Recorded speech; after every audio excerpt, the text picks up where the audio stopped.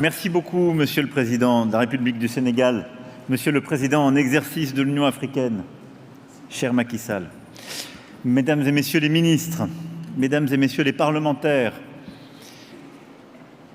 Monsieur le Directeur général de l'Agence française de développement, Mesdames et Messieurs les directrices et directeurs généraux de banques régionales de développement, Monsieur le directeur exécutif de la SFI, Mesdames et Messieurs les ambassadeurs et ambassadrices, Mesdames et Messieurs, chers amis, je me retrouve parfaitement dans ce que le président Macky Sall vient de dire à l'instant, mais je voulais d'abord vraiment vous remercier de nous accueillir à Station F.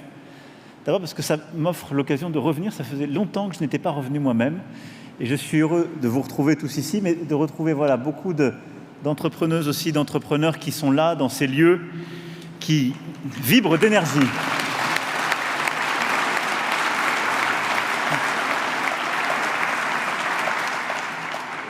Je le dis aussi, cher Président, parce que dans ce lieu qui est la plus grande pépinière de start-up du monde, où il y a des programmes qui sont lancés, c'est véritablement le monde entier qui vient pour développer des activités à Paris. Et au moment où il se peut que vous entendiez des musiques qui vous signifieraient que la France voudrait se refermer et qu'elle préférerait finalement s'en sortir avec ses seuls talents, elle veut les former, les faire exceller, les faire réussir chez elle et à travers le monde, je veux aussi vous dire qu'on continue à être très fiers d'accueillir des talents du monde entier pour créer dans tous les domaines.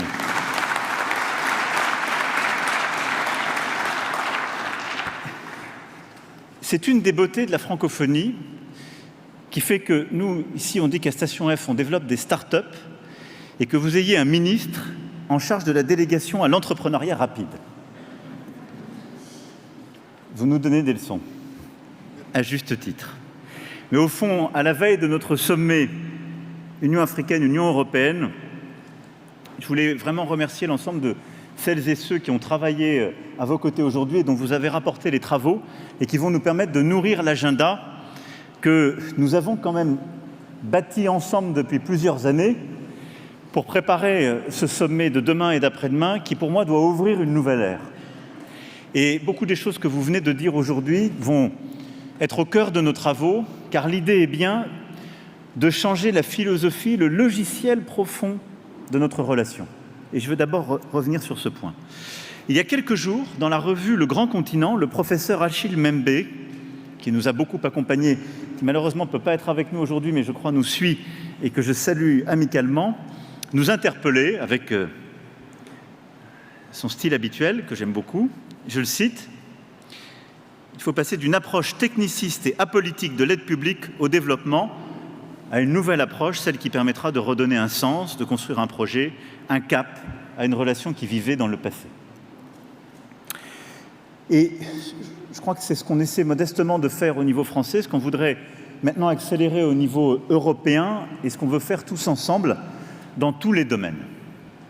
Sortir d'une logique qui était un peu dans la continuation de nos habitudes, d'une relation qui était structurée par des représentations passées pour le meilleur ou pour le pire, par des outils qui s'étaient technicisés et retrouver la force du projet, le sens d'une action qui est construite, bâtie ensemble.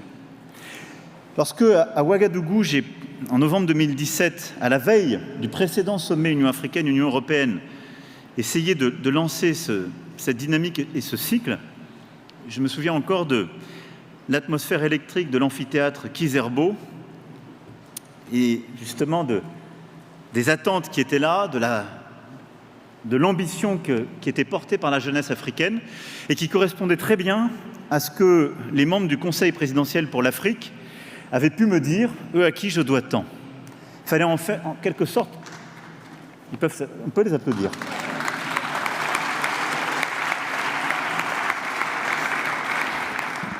Mais dans un continent qui est si jeune, pourquoi nous entêter à utiliser des mots qui étaient connotés par le passé, à rester enfermés dans des catégories, et au fond à garder les mêmes catégories de regard et à ne pas crever les abcès qui existaient. Alors, on a essayé d'amorcer une rupture de ce logiciel de pensée et d'action avec l'Afrique. D'abord, en affrontant certaines pesanteurs du passé, ce qui n'est jamais évident, Ça a été les actes de restitution du patrimoine africain, la réforme en profondeur de la gouvernance du franc CFA, la reconnaissance de notre responsabilité au Rwanda, autant de verrous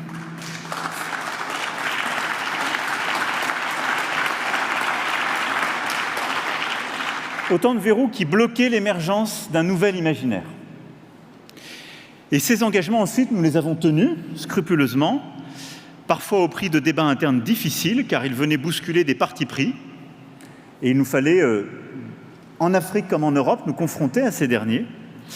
Et nous l'avons fait parce que nous étions convaincus que ces gestes étaient justes, nécessaires et urgents. Et au fond, que ces gestes n'enlevaient rien à personne. Simplement, ils nous redonnaient la possibilité de bâtir quelque chose ensemble et de regarder l'avenir. Et je suis très fier, et je veux ici remercier l'ensemble des équipes qui l'ont fait, et les parlementaires aussi, qui ont beaucoup travaillé. Je suis fier qu'ils aient été conclus par une belle unanimité au travers du vote de notre représentation nationale sur la restitution au Sénégal du sabre El Hadj Omar Tall et au Bénin des 26 œuvres du trésor d'Abomey.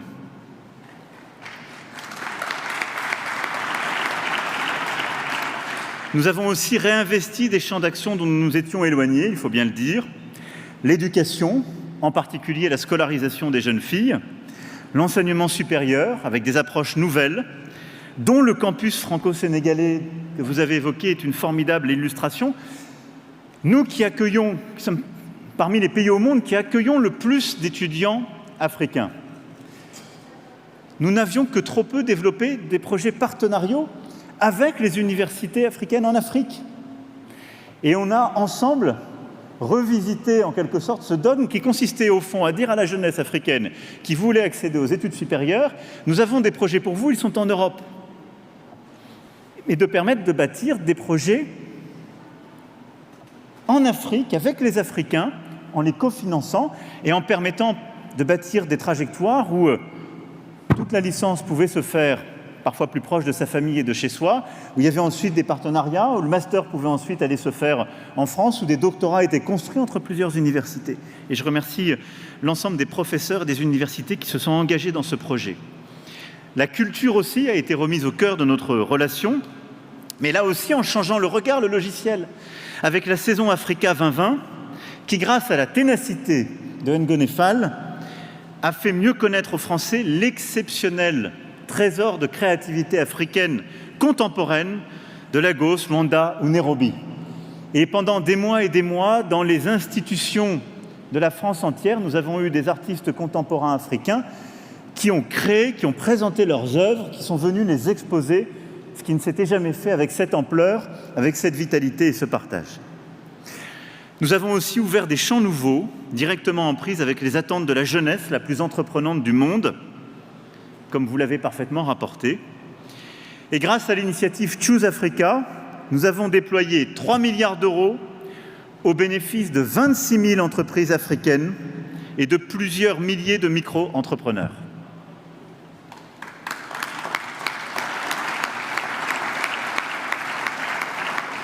Et je veux remercier le ministre Franck Riester qui a lancé ce matin la communauté des entrepreneurs de France et d'Afrique qui va prolonger cette dynamique de l'agriculture aux industries culturelles et créatives pour donner justement cette impulsion. Je veux aussi remercier les équipes de Digital Africa. Nous avions lancé Digital Africa dès le discours de Ouagadougou. On a eu des moments difficiles, autant se dire les choses franchement, qui étaient liés à la gouvernance aussi, parfois des malentendus qui se sont installés, donc on a eu des ratés. On a appris de ces ratés, et comme on dit dans le langage, on a pivoté le modèle, et on a rebâti grâce à la force, à l'énergie des équipes qui ont eu cette intelligence. Et dans les semaines qui viennent, le fonds d'amorçage donc sera déployé au bénéfice des projets d'innovation des startups africaines, mais aussi des projets financés avec nos partenaires européens. Vous pouvez les applaudir parce qu'ils ont fait un travail formidable. Et puis, dans la réinvention de cette nouvelle alliance, on a été aussi chercher des domaines qu'on laissait un peu de côté. Et je le dis après la victoire éclatante des Lions de la Teranga, cher Président,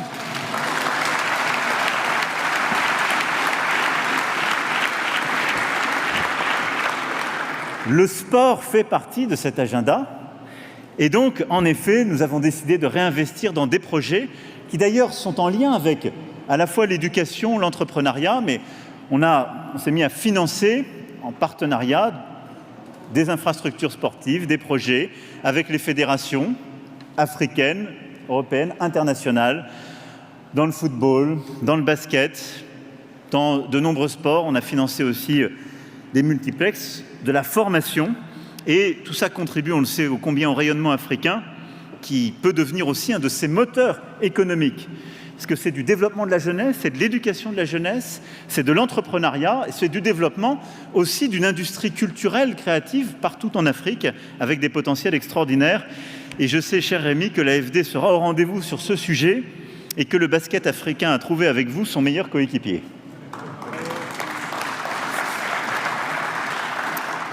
Et dans tous ces domaines, nous avons essayé aussi de réinventer la relation en donnant une place nouvelle à nos diasporas et à nos binationaux. Et c'est là où je dis que c'est une conversion du regard dans la méthode. Et je veux ici saluer le travail de la ministre Moreno, son implication.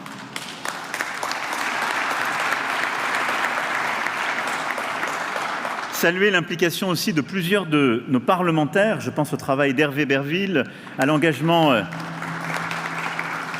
de la députée Sira Silla, qui sont engagés aux côtés de justement nos diasporas, parce que c'est aussi la manière dont la France doit se regarder elle-même. Nous avons des millions de binationaux à qui peut-être pendant longtemps on a expliqué « devenez des bons Français », ce qui signifie en sous-titre et oubliez chaque jour d'où vous venez et qui vous êtes. Non, soyez des Français parce que vous adhérez à la langue, aux valeurs, parce que la France est une histoire d'amour et d'adhésion. Et on vous demande de respecter les lois de la République, d'être pleinement là, de former vos enfants dans les lois de la République, d'y adhérer. Mais votre richesse est précisément cette culture, cette famille, ce lien différent. Apportez-le aussi à la France pour nous aider à penser nos politiques avec l'Afrique.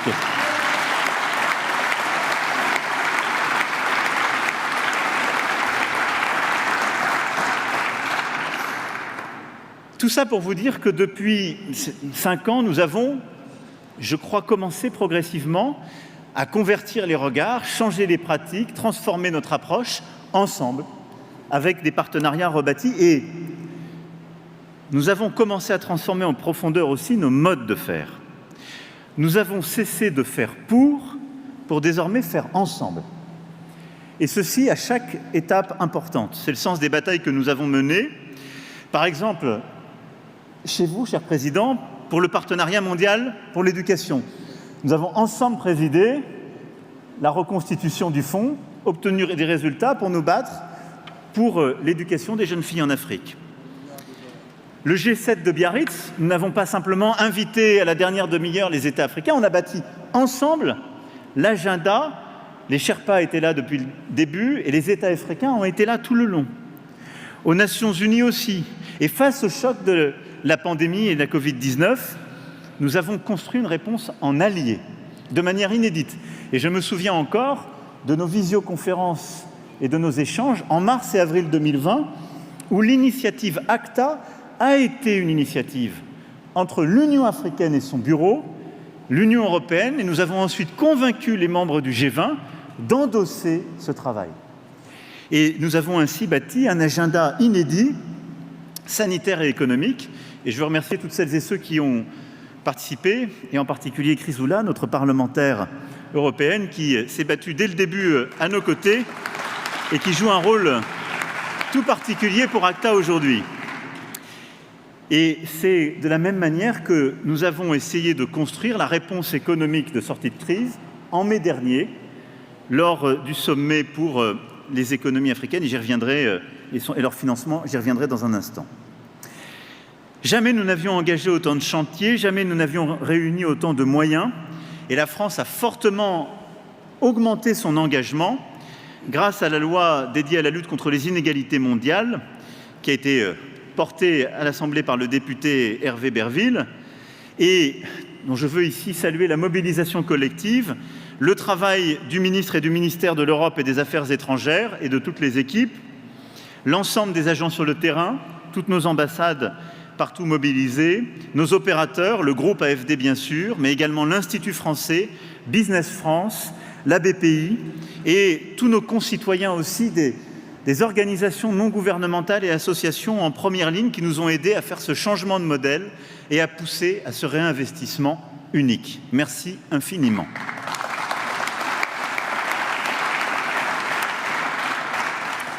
Et donc, vous le voyez, action nouvelle, changement de méthode, tout ça, maintenant, il nous faut le traduire à l'échelle du continent et bâtir une alliance entre l'Afrique et l'Europe nouvelle. Et c'est pour moi l'objectif de notre sommet de demain et d'après-demain, c'est-à-dire réussir à faire cette conversion dans la méthode, retrouver des dispositifs plus efficaces, cette culture du projet, du respect, du partenariat d'égal à égal et du faire avec les autres. Et je suis, moi, convaincu que nous arriverons à retrouver le sel de ce que nous exprimons aujourd'hui et ce point de connexion entre les deux continents. Mais je voudrais terminer avec quelques mots pour aller plus loin et essayer de, sur la base de ce que vous avez dit à l'instant, sur 2-3 points, c'est de dire comment je vois les choses. En effet, à Montpellier, le 8 octobre dernier, nous avions décidé, dans la poursuite de ces travaux et de ce changement profond, d'avoir un sommet un peu inédit entre l'Afrique et la France, qui était un sommet, non pas avec les chefs d'État et de gouvernement, mais avec la société civile. Alors ça a un peu bousculé tout le monde. Ça a contrarié parfois les chefs d'État qui ont dit « vous invitez des opposants, ma jeunesse, cette jeunesse agitée qu'on évoquait tout à l'heure avec le ministre en plaisantant ». Ça a parfois bousculé nos habitudes, parce que des gens disent « ils interpellent le président de la République française, des ministres, ils viennent dire les choses ». Moi, j'ai été très directement interpellé, je vous rassure, mais j'ai trouvé ça formidable, parce que ça libérait énormément de choses qui étaient parfois des non-dits. Et il y a une forme de catharsis collective qui s'est faite lors de Montpellier. Et ce format direct a permis, je crois, je l'espère en tout cas, de bâtir une forme de confiance dont nous devons tous ensemble sortir plus forts et plus grands. Il y a eu quelques éléments qui ont été dits. Le premier, les mots. Employer les mots justes. À Montpellier, j'ai été interpellé sur les mots qui blessent, les mots qui pèsent. Et on nous a reproché les mots d'aide et le mot de développement. Alors j'ai dit, nous, on a maintenant parlé de finances en commun, on parle d'investissement solidaire, mais très clairement, j'ai senti que l'aide au développement, ça ne passait plus. Et que la jeunesse africaine disait « mais nous, on ne veut pas d'aide et on n'a pas besoin d'être développé ». Et je comprends. Je le disais, pour nous, ces mots qui étaient synonymes de solidarité, de fraternité, on a alors perçu qu'ils étaient vus comme surplomb, arrogance.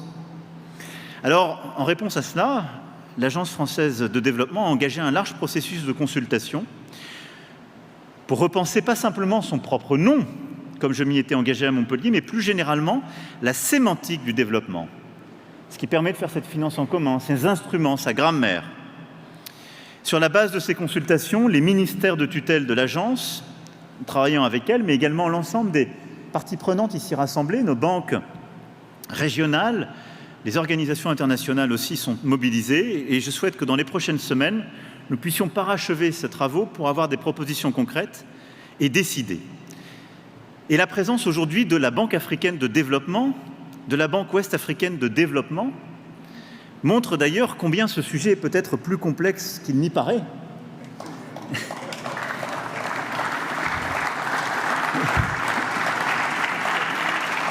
Et que peut-être que le travail qu'on fait est précurseur d'autres travaux qui viendront, mais que derrière ça, plus que les mots, c'est un travail sur la méthode qui est demandé. Et qui est au fond de continuer ce faire avec que nous avons conçu et commencé. Le deuxième élément, on a été interpellé sur les questions de défense. Ça, on en parlera ensemble et j'aurai à m'exprimer demain. Mais j'ai entendu ce qui m'était dit par la jeunesse africaine. Troisième élément, on nous a interpellés sur les questions de financement. Et là, je voudrais dire quelques mots en réponse à ce que vous avez dit, ce qui a été travaillé par les équipes et ce que le président a dit tout à l'heure. Nous sommes à un moment absolument clé pour l'Afrique, parce que l'Afrique est en train de sortir, je l'espère comme nous tous, de cette pandémie, mais dans une situation très différente. Le choc sanitaire n'a pas été tout à fait le même, sauf que, parce que l'Afrique est plus jeune, parce que c'est moins mesuré, parce que les opinions publiques ne sont pas forcément aussi sensibles, mais nous avons vu à ce moment-là les limites de notre solidarité collective quand il y avait urgence, les insuffisances de la production en Afrique de vaccins, et ça on va essayer de le régler lors du sommet, mais on a commencé ensemble au printemps dernier, et on a vu surtout qu'on avait trop collectivement abandonné le soutien au système de santé primaire dans beaucoup de pays d'Afrique. Et ça, on ne doit pas l'oublier en sortie de crise. Mais surtout, c'est un choc économique et financier inégalé pour le continent africain, ce Covid. Parce qu'il a conduit à fermer des sociétés très jeunes qui ont besoin de communiquer au sein du continent avec le reste du monde et d'être ouvertes. Les chiffres sont toujours à revoir, mais il y a quelques mois encore, la Banque mondiale donnait le chiffre d'au moins 300 milliards de dollars sur la période 2020-2025 de besoins de financement supplémentaires de sortie de crise. 300 milliards de dollars. C'est sans doute davantage, si on est honnête avec nous-mêmes. Et cela même dans une période où on demande au continent africain d'aller plus vite sur la transition énergétique et climatique, et où le continent africain a, lui, à vivre une transition démographique inédite, parce qu'il a cette jeunesse qui est une opportunité extraordinaire, mais qui suppose d'investir beaucoup plus dans l'éducation et dans la formation continue et dans la création d'opportunités économiques. C'est un défi qu'aucune autre région n'a à vivre avec cette force. Donc en effet, ce qu'on a décidé de faire en mai dernier, c'est de dire on endosse l'émission de droits de tirage spéciaux du Fonds monétaire international, 650 milliards, formidable. Si on applique nos clés de répartition, ça veut dire 33 milliards pour l'Afrique. On est loin. Nous avons pris l'engagement de dire on va réallouer nos droits jusqu'à 20% pour obtenir 100 milliards pour l'Afrique. Nous devons absolument finaliser la part d'efforts européens dans les 2 prochains jours. La France va confirmer officiellement sa réallocation de 20% et nous allons mettre la pression sur tous les collègues.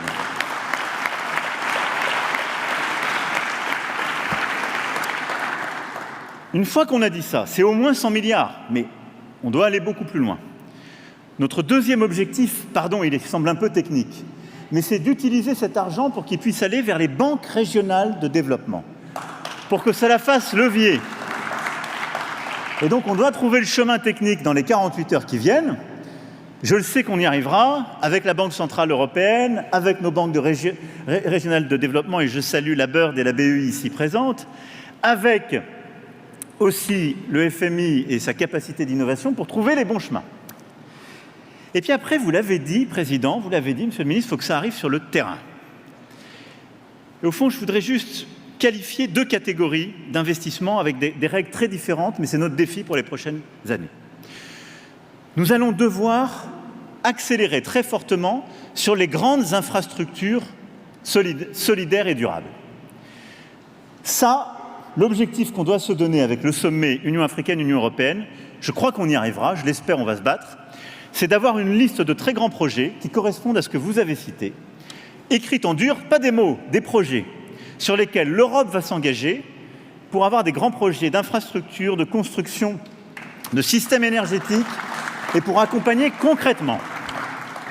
Donc ça, c'est l'investissement, infrastructure durable, où on mobilise justement ces canaux de financement et où on aide des États, des régions, des communautés, parfois des villes, à bâtir ce dont elles ont besoin pour le transport urbain, pour permettre justement le déploiement d'énergies renouvelables, pour permettre de l'assainissement d'eau, pour permettre des projets de ce type qui sont très chers, où il faut un cadre, où il faut des maturités assez longues.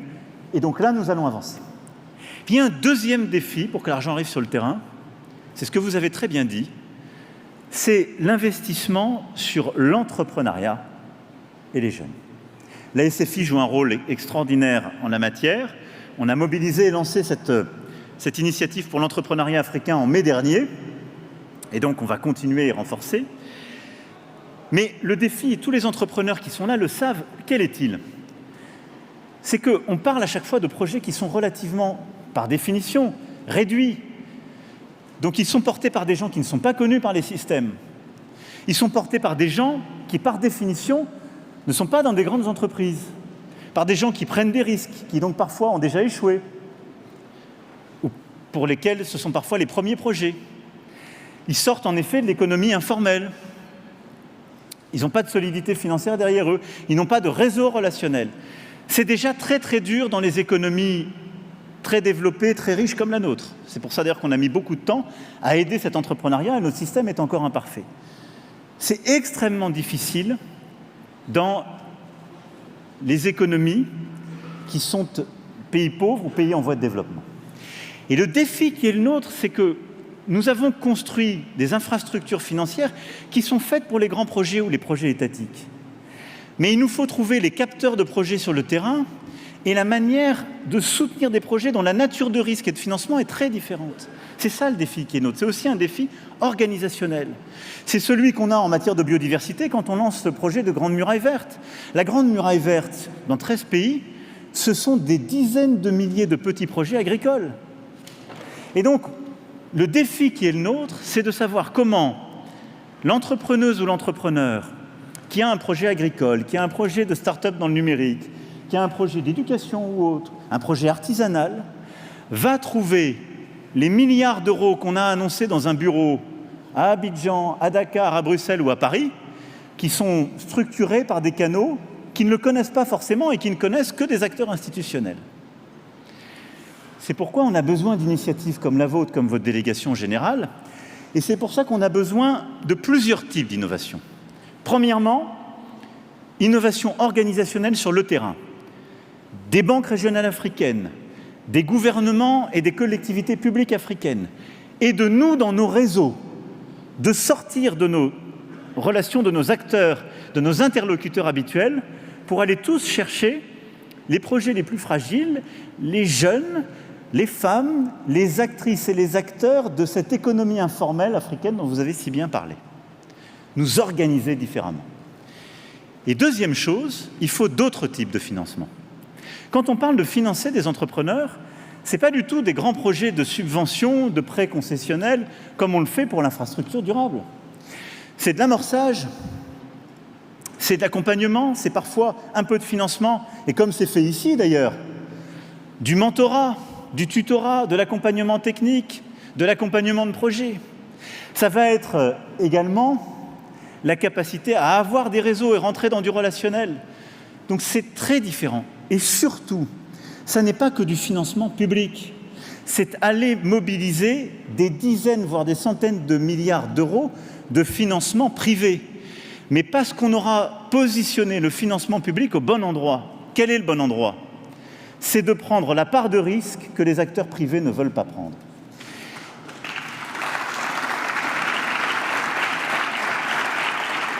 Et je veux insister sur ce point parce que sinon il sera la source de malentendus à venir.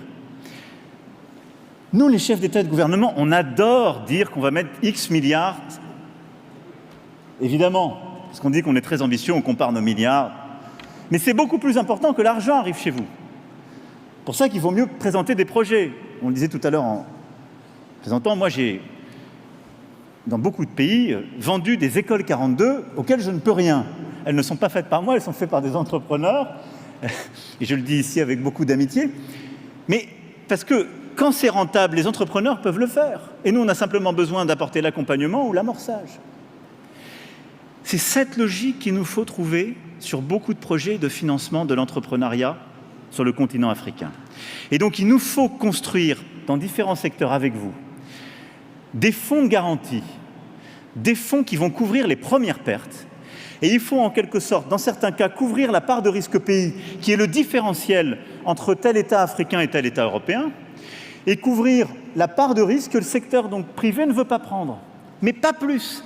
Et vous verrez qu'après, on arrivera à mobiliser énormément d'acteurs institutionnels. Pourquoi?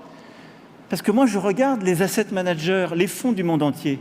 Nous sommes à un moment de l'économie mondiale où il n'y a jamais eu autant de liquidités de financement privé. Les gens, partout, cherchent comment investir. et ils cherchent de la rémunération. Et ils surinvestissent parfois en créant des bulles dans les économies développées, dans des secteurs, à mon avis, où ils vont surrémunérer de la valeur qui n'est pas totalement créée. Si on sait construire le cadre où on prend la part du risque qu'ils ne comprennent pas ou qu'ils ne veulent pas porter, on va mobiliser des dizaines, des centaines de milliards d'argent privé venant du monde entier sur le continent africain. Et là, on sera allé au bout de la logique. Là, on sera allé au bout de la logique qui est que ça n'est pas de l'aide, c'est bien de l'investissement. Il faut prendre une part qui, elle, peut être solidaire, on choisit le nom, mais derrière, ce sera de l'investissement totalement rentable. Et donc, c'est ça qu'il nous faut construire. En effet, le public prend sa part, le privé prend sa part, mais on doit changer cette logique. Dernier mot et quatrième remarque dans cette suite que je voulais évoquer, c'est notre posture, notre positionnement. Longtemps, la France a pu soutenir des régimes au pouvoir ou des ambitions individuelles.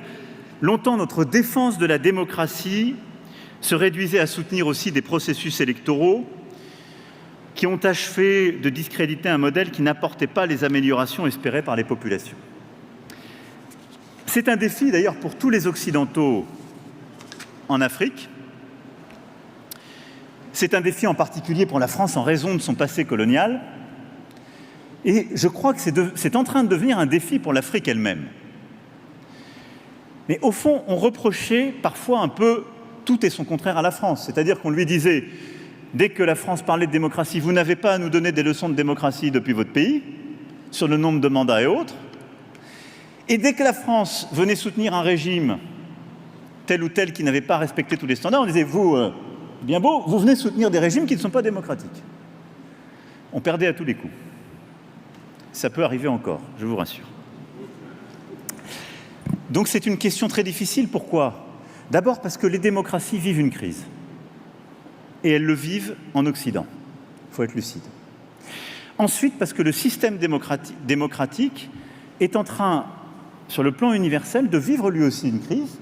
C'est qu'on voit bien que nous avons des puissances autoritaires qui se développent économiquement, d'autres puissances autoritaires régionales qui sont en train d'installer ce qu'on appelle aujourd'hui un narratif, un récit, en considérant consistant à dire que la démocratie, c'est un ensemble de valeurs à vocation régionale. Mais il y a peut-être d'autres modèles d'organisation politique qui peuvent prévaloir dans le monde. Moi, je pense que c'est très dangereux, cette voie.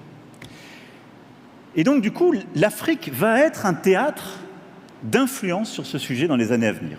Je vous le dis en toute franchise. C'est-à-dire qu'il va y avoir des gens qui iront voir les putschistes ou les régimes autoritaires en leur disant « N'écoutez plus les donneurs de leçons, j'arrive, j'ai mes solutions de financement, je vais vous aider, vous allez réussir. » Ayons l'autoritarisme heureux. Peut-être que ça marchera d'ailleurs. Et ça va essayer de convaincre des gens. Et d'autres gens iront vous dire « Regardez ces démocraties qui vivent des crises, c'est compliqué. » Et donc, vous allez avoir, et je le dis devant un ami dans un pays démocratique qui a vécu des alternances, le président Macky Sall est le fruit d'une alternance politique. Je pense que les années et les décennies à venir seront fondamentales à cet égard.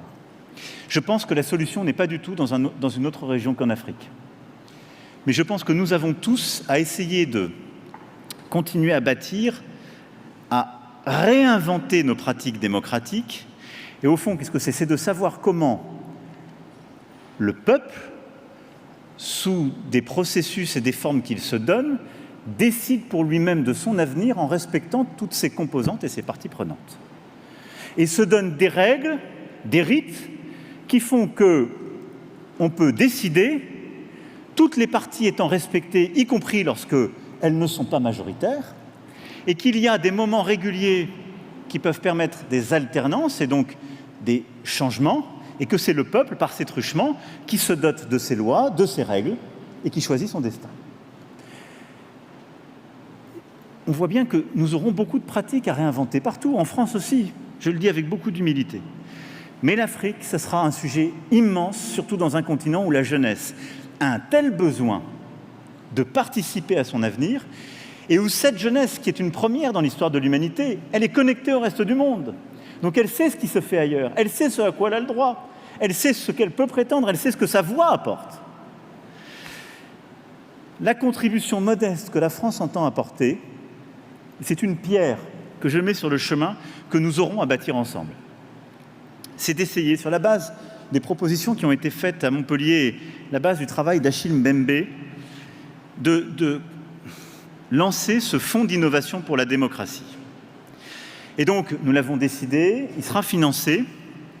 Et à Montpellier, nous avions réuni pendant une journée une centaine d'acteurs, africains et français, engagés sur les questions de citoyenneté, de démocratie locale, d'innovation sociale, de liberté d'expression.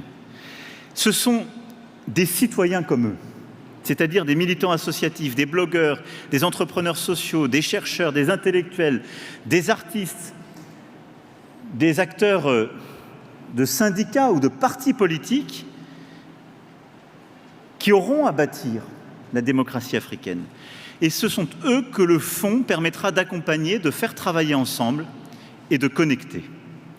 Plus qu'un instrument de financement de projets ou un vecteur d'appui à des ambitions personnelles, ce fonds sera à la fois un laboratoire et un outil de mise en réseau inédit de ces acteurs.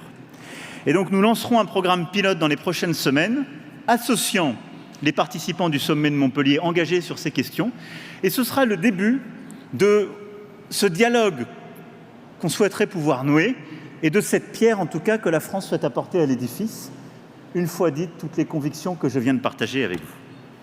Voilà, mesdames et messieurs, chers présidents, ce que je voulais partager avec vous en vous ayant écouté un instant, et puis en essayant de redonner un peu de la cohérence sur ce qu'on fait depuis 5 ans sur ce sujet. Oui, je crois dans une nouvelle alliance entre l'Afrique et l'Europe. J'y crois parce que j'aime l'Afrique.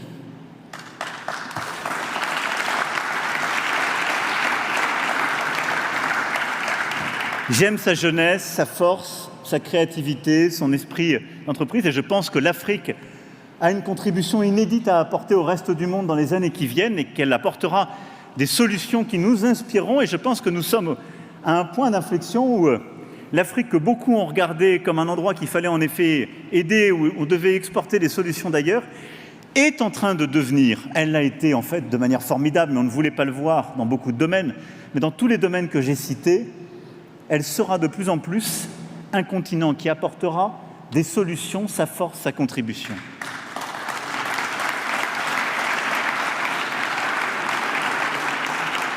Je crois dans cette alliance parce que je pense que l'Europe du XXIe siècle ne peut pas se construire sans cette alliance et ce partenariat renouvelé avec son voisinage direct qu'est le continent africain.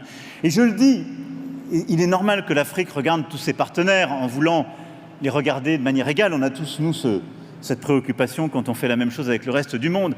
Je dis simplement, nous sommes les enfants de la mer Méditerranée. Mare Nostrum, c'est le foyer de notre civilisation. Cette mer Méditerranée, c'est le cordon ombilical entre l'Afrique et l'Europe. Et donc, nous avons une relation très particulière, qu'on le veuille ou non, c'est que ces deux continents sont liés de mémoire de civilisation et ne peuvent pas construire les siècles qui viennent l'un sans l'autre. Et donc oui, l'Europe du XXIe siècle sera une Europe qui se pensera avec le continent africain. C'est une évidence. Et puis la dernière chose, c'est que quand bien même il se pourrait que des gens en doutent, en Europe ou en France, ça peut arriver, ils ne pourront réussir s'ils n'aident pas l'Afrique à réussir. Même s'ils ne croient pas à tout cela, même s'ils n'aiment pas l'Afrique, s'ils ne croient pas dans l'Afrique, même s'ils ne croient pas à la solidarité, leur intérêt égoïste, c'est que l'Afrique réussisse, pour les raisons qu'a évoquées le président Macky Sall. Parce que si l'Afrique ne réussit pas, je peux vous dire une chose, l'Europe échouera, les nationalismes triompheront, les conflits migratoires se multiplieront et les herses se redresseront. Moi, je ne veux pas de ce projet politique, vous l'avez compris.